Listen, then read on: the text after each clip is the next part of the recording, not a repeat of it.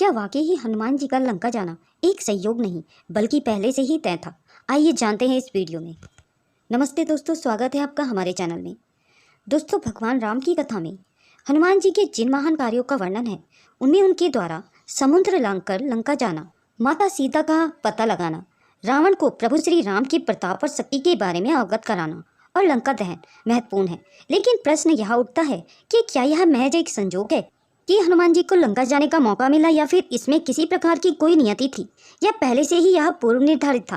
दोस्तों, वाल्मीकि रामायण को अगर ध्यान से पढ़ा जाए तो बहुत सारी बातें ऐसी दिखाई देती हैं जो स्पष्ट हो जाता है कि महावीर हनुमान जी का लंका जाना महज एक संयोग नहीं था, बल्कि एक प्रकार से पहले से ही तय था। इसकी पहली झलक हमें तब मिल जाती है जब सबसे पहले प्रभु श्री राम और हनुमान जी का मिलन होता है। जब सुग्रीव हनुमान जी को श्री राम के बारे में जानकारी लेने के लिए दूत बनाकर भेजते हैं, तभी प्रभु राम को हनुमान जी की कई क्षमताओं के बारे में पता चल गया था, जो कि इस प्रकार है। हनुमान जी ज्ञानियों में अग्रण्य माने गए हैं क्योंकि वो वाक्य विशारद हैं। वाल्मीकि ने उन्हें कोविद कहकर उनकी प्रशंसा की है। सभी वेदों में ज्ञाता है, किसी भी दूत की सबसे पहली खासियत यही होनी चाहिए कि वो वाक्य रचना में चतुर हो, समय और परिस्थितियों को देखकर कठोर और मधुर वाक्य बोल सकता हो।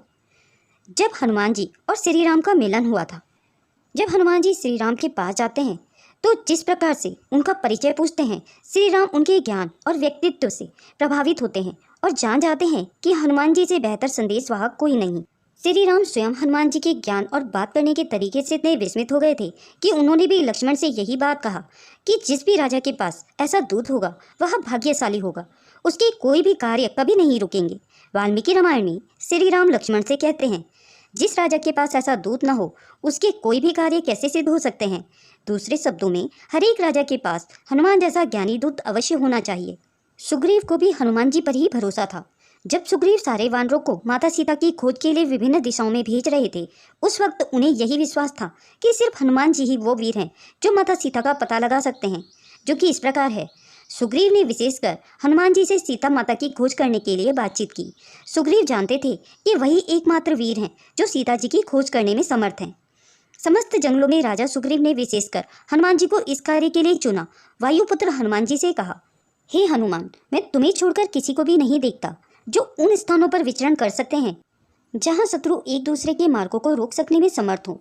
तुम उन स्थानों पर भी जा सकते हो जहां पक्षी जा सकते हैं। तुम जल के अंदर भी विचरण कर सकते हो, जहां कोई नहीं जा सकता तुम वहां भी पहुंच सकते हो। श्री राम ने सिर्फ हनुमान जी को ही अंगूठी दी थी।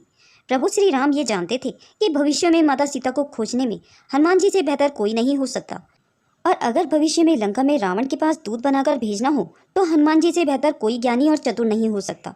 यही वजह थी कि जब सुग्रीव वानरों को माता सीता की खोज में चारों तरफ भेज रहे थे, उस वक्त श्री राम ने यह भी देखा कि सुग्रीव विशेषकर हनुमान जी पर ही यह भरोसा कर रहे थे।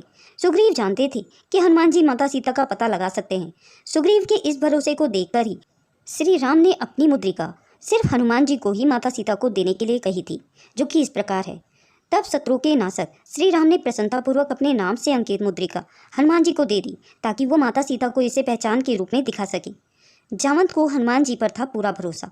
यहाँ तक कि जब सारे वानर समुद्र किनारे पहुंचे, तब जावंत ने भी सिर्फ हनुमान जी को ही चुना और उन्हें अपनी शक्ति का एहसास कराकर लंका जाने के लिए प्रेरित किया। जब अंगद जाने को तैयार थे, तब भी जावंत ने अंगद को जाने से मना कर दिया था। आखिर हनुमान के अलावा कौन समुद्र लांघ सकता था? हालांकि स्वयं वाल्मीकि रामायण के मुताबिक हनुमान जी के अलावा अंगद, सुग्रीव और कुछ अन्य वानर भी थे जो समुद्र पार कर लंका जा सकते थे। वाल्मीकि रामायण में उन वानरों के नाम दिए गए हैं जो समुद्र पार कर लंका जा सकते थे, जो कि इस प्रकार हैं।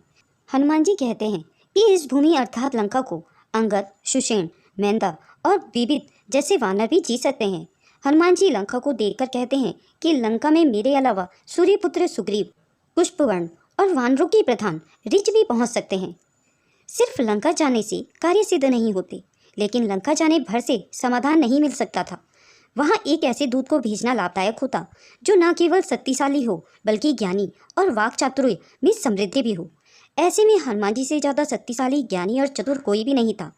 वाल्मीकि रामायण के अनुसार जब जावंत हनुमान जी के बारे में बताते हुए उन्हें समुद्र पार करने के लिए प्रेरित करते हैं, जो कि इस प्रकार है, अर्थात हे सभी लोगों में सबसे वीर वानर, आप सभी शास्त्रों के ज्ञाता हैं, फिर आप क्यों इस प्रकार एकांत धारण करके बैठे हैं अपनी शक्ति और तेज में? हे हनुमान, आप वानरों के राज सुग्रीव और स्वयं श्री राम और लक्ष्मण की बराबरी कर सकते हैं। इससे स्पष्ट हो जाता है कि हनुमान जी का लंका जाना पहले से ही तय था, क्योंकि वो न केवल शक्तिशाली थे बल्कि ज्ञानी भी थे। दोस्तों, अगर यह वीडियो आपको पसंद आई हो तो इसे लाइक और शेयर जरूर करें। अगर आप मेरे चैनल में नए हैं और इस प्रकार की रोचक कथाएं सुनना पसंद करते हैं तो मेरे चैनल को सब्सक्राइब करें। वीडियो को अंत तक देखने के लिए आप सभी का बहुत बहुत धन्यवाद।